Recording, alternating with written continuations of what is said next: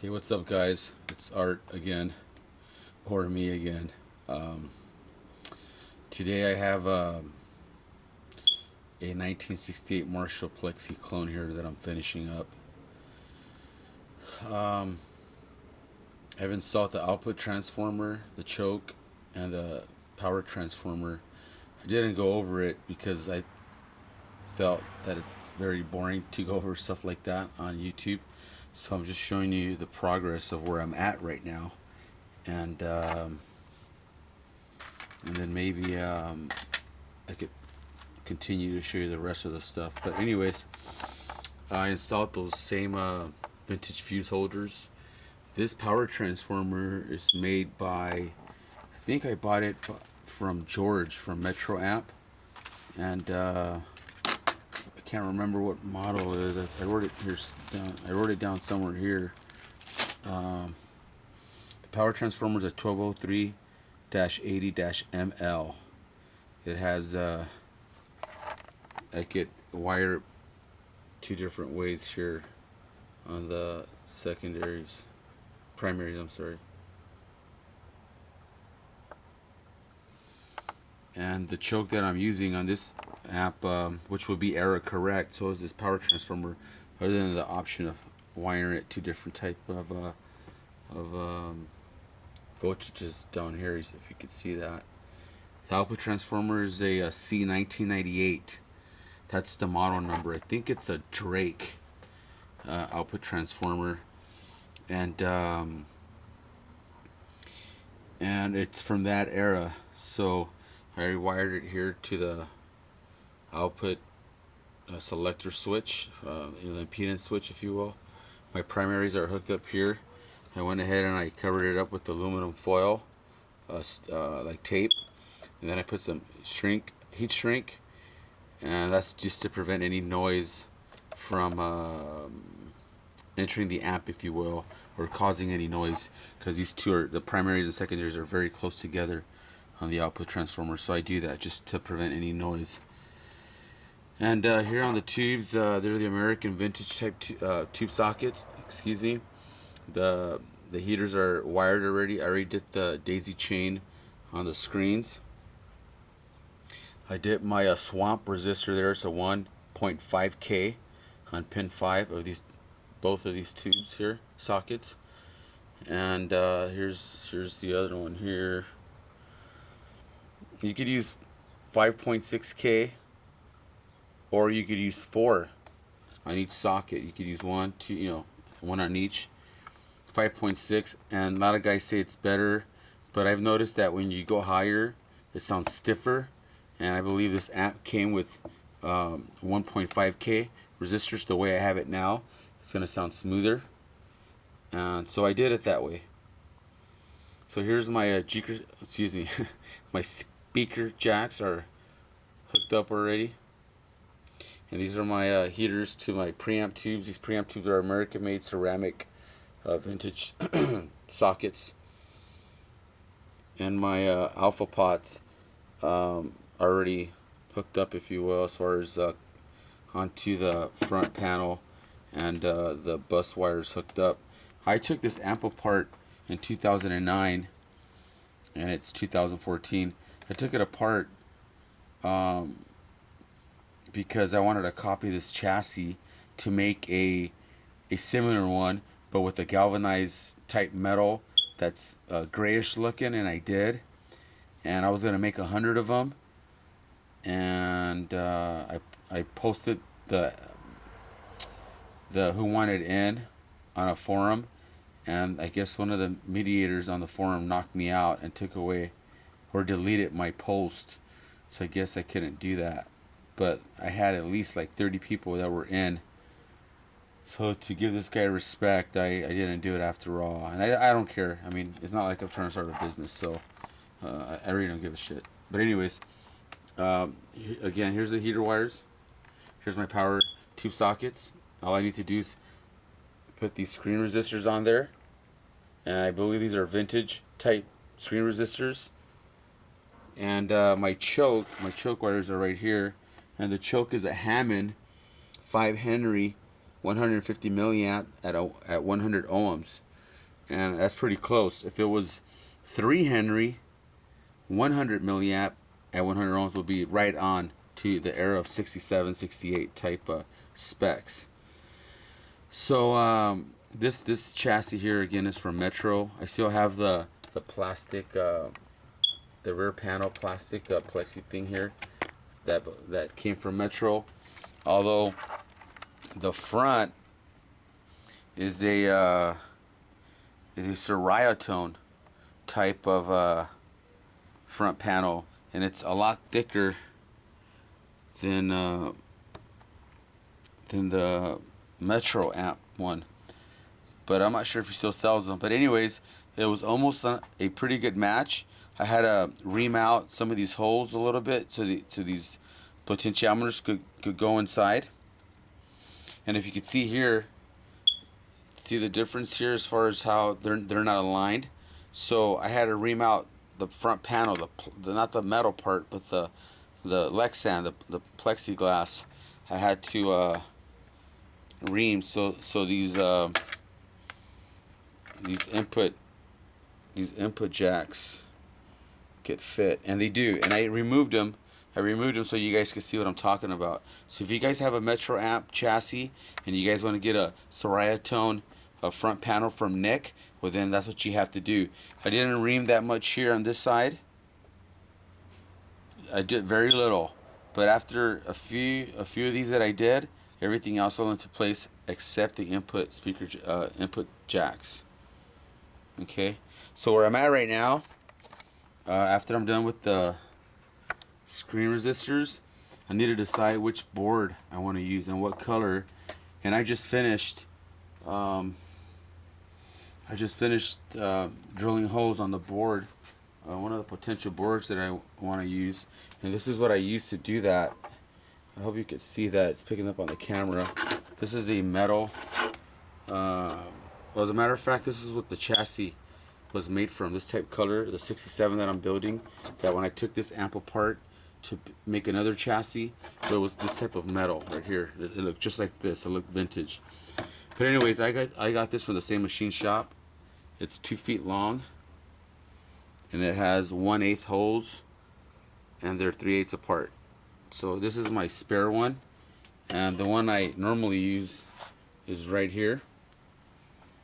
And as you can see, it's still on here. And this is the board that I'm thinking about using. So I'm gonna lay it in here just see what it looks like. This is the color. It's a little too brown, I think. But I mean, it looks pretty good. I kind of like it. But I'm not sure if it's gonna look good in here. But I'm sure it'll look pretty good with all the resistors on here, and all the components and all the mustard caps. But here's one option. If that doesn't look good, if for some reason I'm not happy, I could use this color. And this color is a little bit darker, obviously. I'm gonna set it like that. See that? And this one's drilled already. I just make the holes bigger. Or I could go a little bit darker and go with this board right here. You can see them. Could you see that? There you go. I'm not sure. I really like this one right here. I mean, I like all of them, but I think this one's gonna look better in this amp right here. And then this one here will look better in my 67 because the background is gray. But anyways, here's the boards. Hope you could see that and the difference. So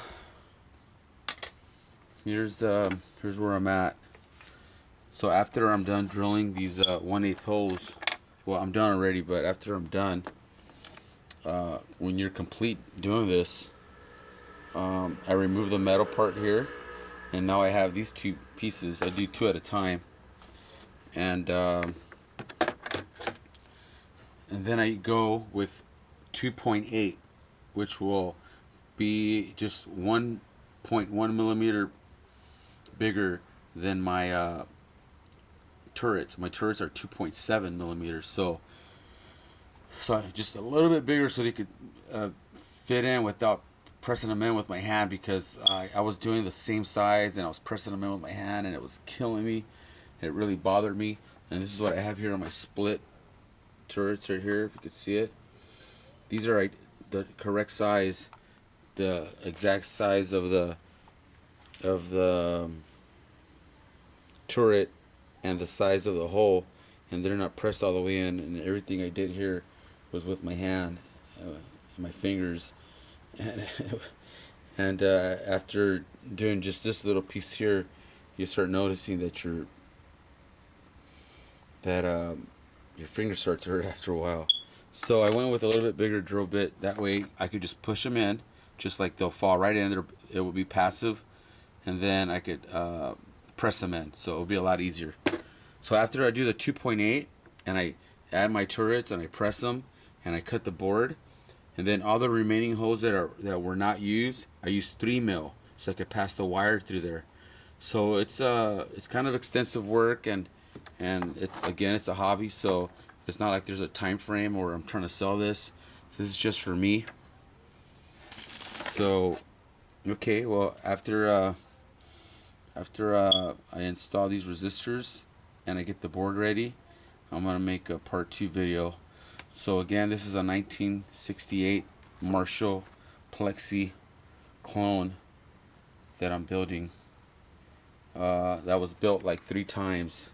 This was my very first build back in 2007 or 8, and I did it. I built it 3 times. I think it was 3 times, and after the 3rd time, my soldering work was 100 times better. The amp sounded so much better too. But one of 2 reasons that I took this thing apart was to make the chassis for a second build, and the second reason why is because the board that I made, the turrets were they became loose and they were wobbly, and it was a problem. And I used I think I used orange drops, and I actually have a video of this amp on YouTube. I think I have like 4 videos of this amp, and it has the orange drops. So you guys could go ahead and look for that video and click on it so you can see what I'm talking about. But I mean, I didn't have a problem the way it sounded, but now that I have mustard caps and more vintage era correct components, then I felt that I should do this and update this amp. There's 2 additional holes here. Well, there's 3, but these 2 holes are for my effects loop that is from Steve Miller. I think it's called Zero Loss or something like that. So it's gonna go here, and I already have it. It's on my 67 that I'm building as well. So again, after I part 2, I'd have everything else here. I'd have the board and everything wired except for the components.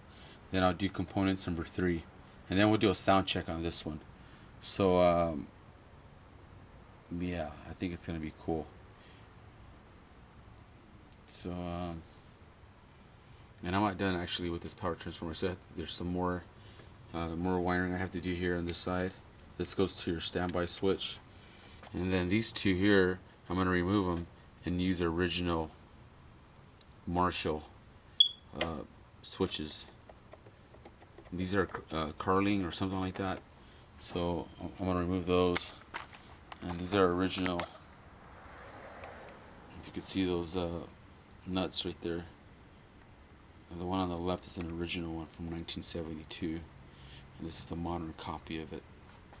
I actually found a place that would make these for me, but I have to order like 500, and they're actually at a good price, so I might have someone go halves with me or something, and that way I could sell them to guys that need them, and they'll be cheaper than what the guys are getting them for. So anyways, here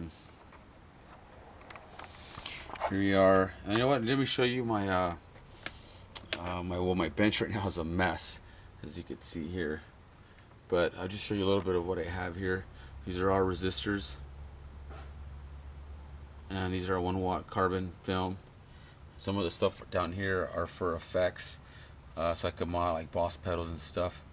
Here's some more resistors. and other like I have this part up here is a little mixed up, but the top portion with all the green. His resistors, all of these are my carbon composite Allen Bradley resistors. Down here, the same thing, more effects type of components to mod them. I have fuses and stuff like that here, and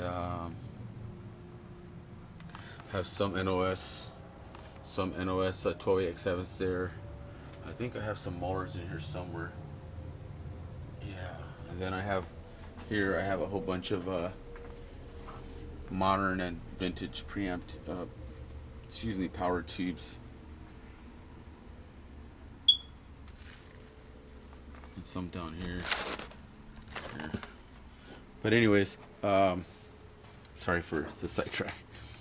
So stand by for part 2.